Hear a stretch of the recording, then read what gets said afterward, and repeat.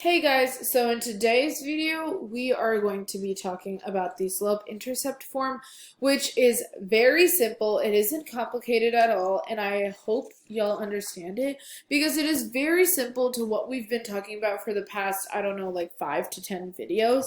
So it should be mostly review, just a little bit of like going through and finding the b in the mx plus b and a little bitty things like that.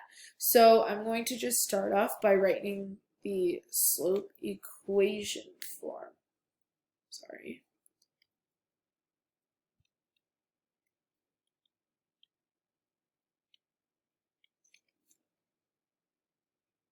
Okay, so that is the m. I'm so sorry, it's very messy. Mx plus b is equal to y. We need to learn how to find b. So remember how I said more like 5 videos ago, I said that b is equal to the y-intercept.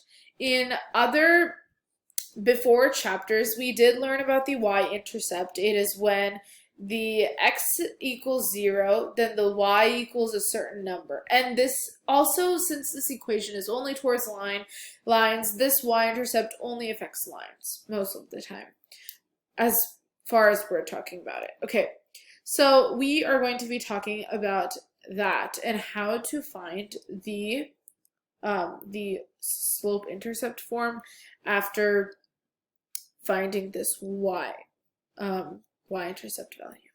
Okay, cool. So they just gave us straight away. We don't have to solve for it at all.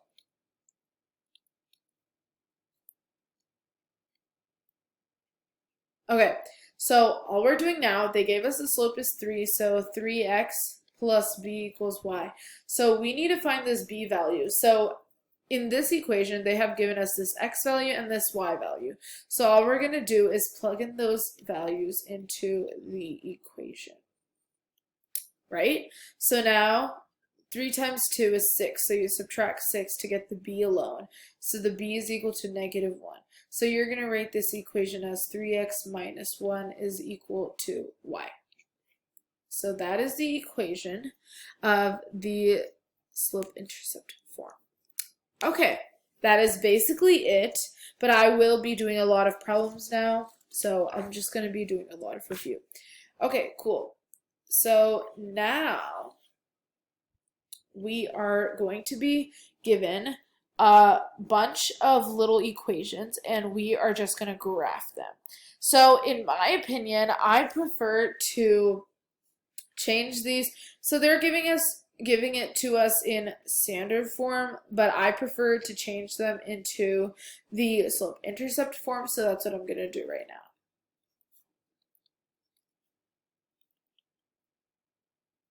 Okay, so this is the little equation that we're going to be using. I'm just going to make a table, and then you can graph from there. I'm not a very good grapher, so once I make the table, it's very simple to graph. All you have to do, just make sure you have the 1, 2, 3, 4 all lined up correctly, and all of them should be spaced out evenly.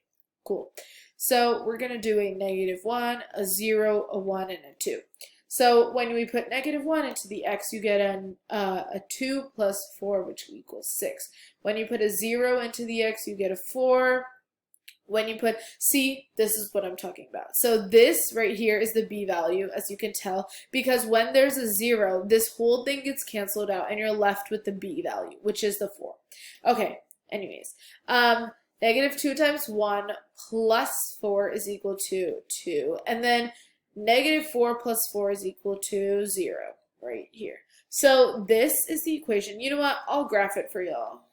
Okay, so we have a -1, 1, 2. Okay. 6, 4, 2. See, it's not to scale, so sorry.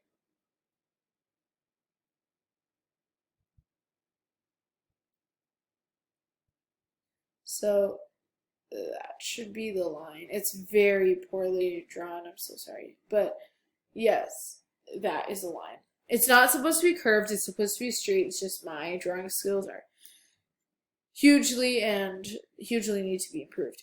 Okay, so that is basically the other example I'm going to give y'all. And the last thing is they have given us a little bit of a word problem. So hopefully you'll follow along, but I'm just going to keep writing down numbers as I go through it. Okay, so they are giving us the height of a chairlift. So it's called height of a chairlift. Chairlifts are probably the gondolas that we use when we're going up and skiing. If y'all have ever been, that's what they use. So now all you're going to do is you are going to add, up here is 0, 5,400, and down here is 4, 2400, which shows that in 4 minutes, you will be at the height of 2,400 feet. Okay, so now, first, we are going to find the slope, and then we're going to find the y-intercept, which is the b value, and come up with our solid equation. Okay, so first thing we're going to do is do the y2 value minus the y1 value over x2 minus x1. So there's a 4 down here, and there is a negative 3,000 up here. So this shows that this is a little slope we're going to use. I think we can simplify that. So when you simplify that, it comes to a negative 750. I'm so sorry. Okay, so that is the slope. Okay. Now, what we're going to do is we're going to look at this graph. If we can identify a y-intercept, then we use that. Otherwise, I will show y'all how to solve it. So, as you can tell, when the x is 0, so the y is supposed to be a value. So in this case, the x is 0. This is the y-intercept. Yay, we have it. But if you wanted to solve it, all you would do is take 750, plug in one of these x values, so I would put in a 0 right here, and do plus b is equal to 5400. This whole thing will get canceled out. B is equal to 5400. So this is your equation.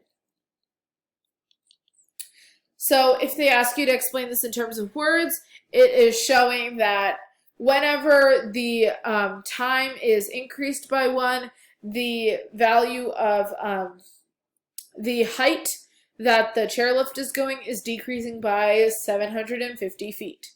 Okay, cool. Thank you guys so much. I hope you have a wonderful day and stay safe. I will see you in the next video. Bye.